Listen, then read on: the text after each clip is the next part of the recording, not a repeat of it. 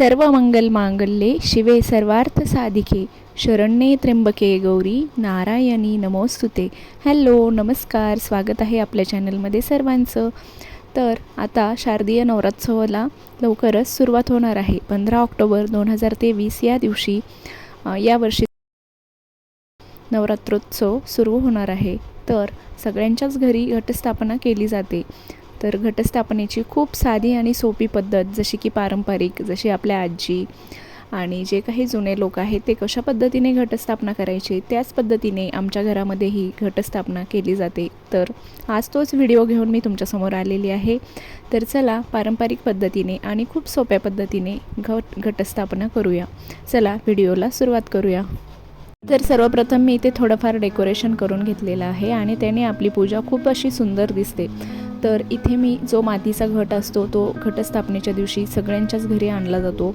तर त्या घटाला व्यवस्थित स्वच्छ आपल्याला धुवून काढायचं आहे। त्यानंतर मग 5 कुंकवाचे बोटं त्यावरती लावून घ्यायचे आहेत आणि 5 हळदीचे बोटंही त्यावर आपण लावून घेणार आहोत। आणि पूजेची जिथे आपण पूजा मांडणार आहोत ती जागा सगळ्यात अगोदर आपल्याला स्वच्छ करून घ्यायची आहे। आणि दसऱ्याच्या अगोदर आपल्याला सगळं घर जे आपलं आहे ते पूर्ण क्लीन करून घ्यायचे आहे। तसं तर घटस्थापनेच्या अगोदरच आपल्याला सगळं घर क्लीन करायचं असतं, म्हणजे देवीला आपल्या घरामध्ये खूप छान प्रसन्न वाटतं आणि देवीचा अखंड वास आपल्या घरामध्ये राहतो। त्यामुळे मग शक्यतो सगळीकडेच घटस्थापनेच्या अगोदर घराची पूर्ण एक कोपरा न कोपरा स्वच्छ केला जातो। तर तशाच पद्धतीने सगळी स्वच्छता आपल्याला अगोदर करून घ्यायची आहे। त्यानंतर आता इथे मी घटावरती हळदी कुंकवाने स्वस्तिक काढून घेणार आहे आणि हा घट आपल्याला तयार करून घ्यायचा आहे अगोदर। त्यानंतर मग आपली बाकीची पूजेची तयारी करायची आहे।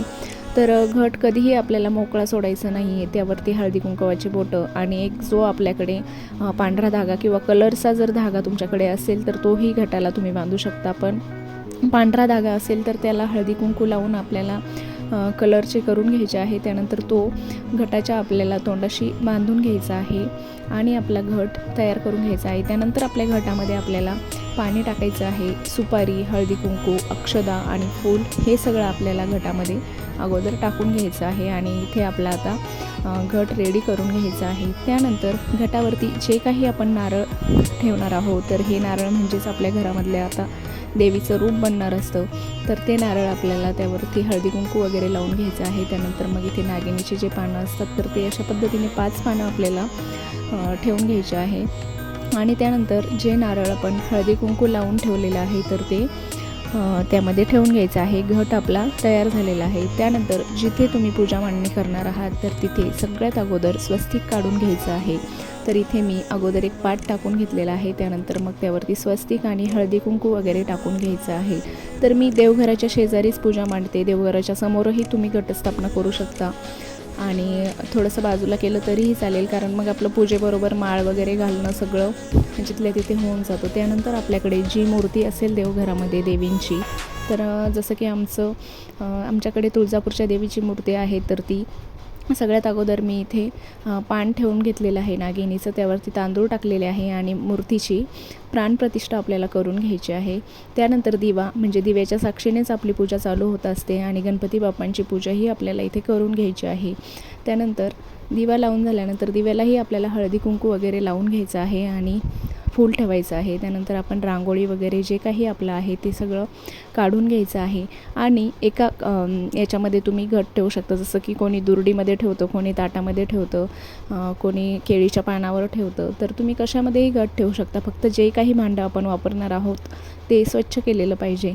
त्यानंतर त्यामध्ये आपल्याला माती घ्यायची आहे आणि माती सध्या ही थोडीशी कोरडी आहे, तर त्याला ओलसर करून घ्यायची, कारण बऱ्याच ठिकाणी पाऊस नाही आहे। तर थोडीशी ओलसर करून 7 धान्य आपल्याला त्या मातीवरती टाकायचे आहेत।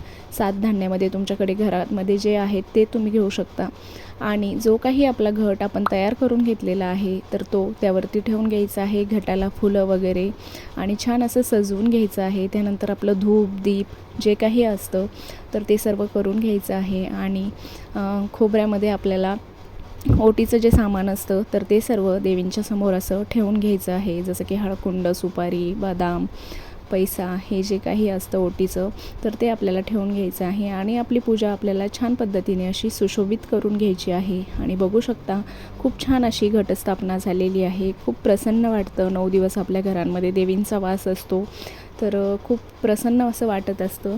आणि आता इथे घटस्थापना माझी पूर्ण झालेली आहे. तर त्यानंतर आपल्याला देवींची छान प्रकारे अशी आरती करून घ्यायची आहे. घरातल्या सगळ्यांना आपल्याला आरतीसाठी बोलवून घ्यायचं आहे आणि मस्त अशी देवीची आरती करून घ्यायची. त्यानंतर 9 दिवसांचा आपला उपवास असतो तर देवीला नैवेद्यामध्ये आपण जे काही फराळ बनवणार तर ते ठेवून घ्यायचं आहे. आणि अशा पद्धतीने आपली घटस्थापना संपूर्ण झालेली आहे. तर काही ठिकाणी खूप वेगवेगळ्या पद्धती असतात. सगळीकडेच घटस्थापनेच्या वेगवेगळ्या पद्धती असतात. पण आम्ही आमच्या पद्धतीने घट कसा बसवतो आणि हीच पद्धत पहिल्यापासून आमच्याकडे आहे तर त्या पद्धतीने मी तुम्हाला दाखवण्याचा प्रयत्न केलेला आहे. आणि हो, नवरात्रामध्ये अखंड दिवा लावला जातो. तर बऱ्याच जणांचा असा प्रॉब्लेम येतो की दिवा विझतो किंवा मग विझला तर काय करायचं. तर मग बरेच जण घाबरून जातात की अखंड दिवा लावला गेला पाहिजे आणि तो मध्येच जर विझला तर त्यासाठी काय करावं.